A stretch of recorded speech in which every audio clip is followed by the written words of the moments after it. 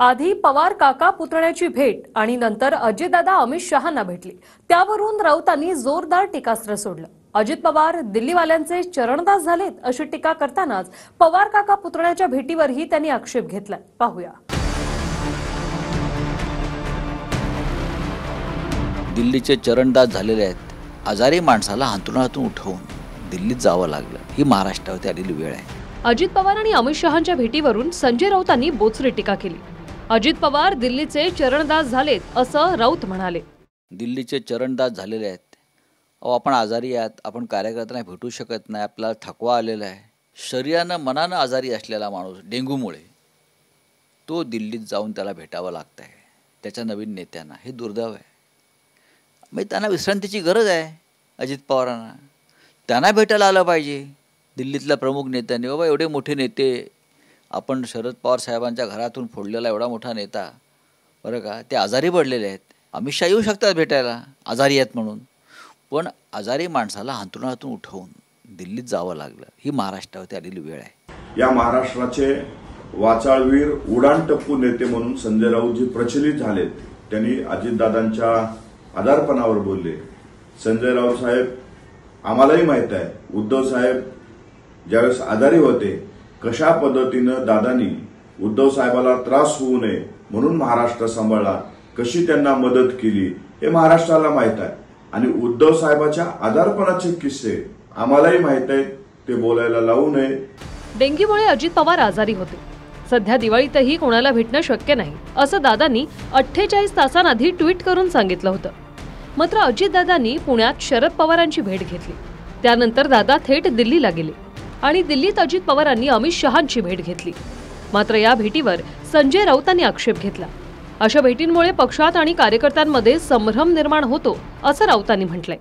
एक प्रखर हिंदुत्ववादी म्हणून भगवद्गीतेतला श्रीकृष्णाचा हा संदेश पाळतो की युद्धभूमीवर कोणी कोणाचं नसतं। अर्जुना उचलतो ते शस्त्र आणि घाव घाल। तुम्ही चकल्या लाडू खायचे एकत्र बसून सगळ्यांनी, आम्ही खायचे आणि मग कार्यकर्त्यांनी लढायचं, असं नाही चालणार। असं हे माझं मत आहे, मी या मताचं आहे। उद्धव ठाकरे त्याच मताचे आहेत आणि काँग्रेसही त्याच मताचे असेल। ह्याच्यामुळे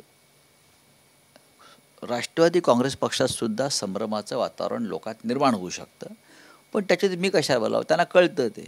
संजय राऊतांची ही टोकाची भूमिका असतेच कायम, पण मला वाटतं शरद पवार हे त्यांच्या घरातले सर्वात मोठे आहेत।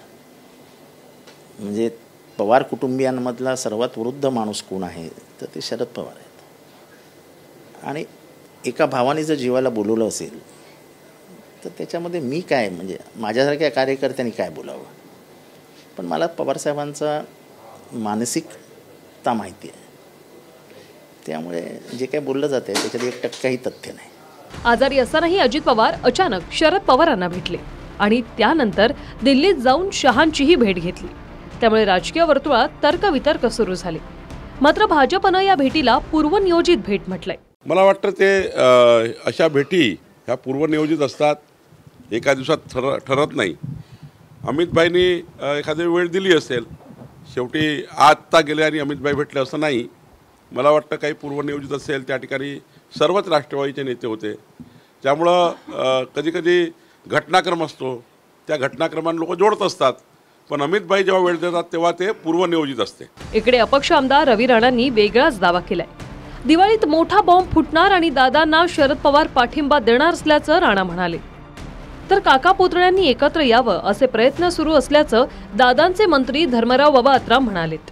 मी आधी सांगितलं होतं दसऱ्याच्या परेडमध्ये की आदरणीय पवार साहेब हे ज्येष्ठ नेते आहे महाराष्ट्राचे, आणि दिवाळीच्या आधी मोठा फटाका फुटू शकते किंवा दिवाळीच्या आसपास मोठा बॉम्ब फुटू शकते।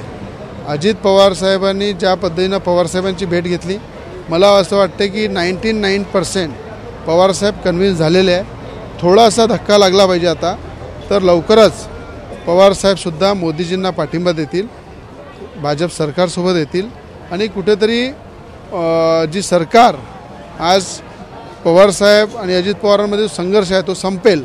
नेते ज्येष्ठ आहेत, श्रेष्ठ आहेत, ते आमचे नेते आहेत, त्यांचा आशीर्वाद राहणं हा गरजेचं आहे। आमचा एकच प्रयत्न आहे की दादा त्या नेतृत्वाखाली आणि साहेबांच्या नेतृत्वाखाली एकत्रीकरण झालं पाहिजे असा माझा व्यक्तिगत मत आहे. असे 4 पोपट ठेवलेले आहेत की असं काय झालं की हे पोपट बाहेर येतात आणि सुरू करतात. त्याच्यामुळे शरद पवार कुठेही जाणार नाहीत. तुम्ही कितीही महाराष्ट्रामध्ये राजकीयरित्या गोंधळ घालण्याचा प्रयत्न केला तरी शरद पवार हे पुरोगामी महाराष्ट्राचे नेते आहेत. ते तसेच राहतील, पुरोगामी महाराष्ट्रालाच पुढे करतील आणि महाराष्ट्रातली महाविकास आघाडीचं नेतृत्व करतील. शरद पवारांनी आशीर्वाद द्यावा असं याआधी अजित पवारही म्हणाले.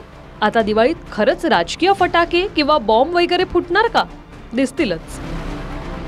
Bureau report, TV9 Marathi.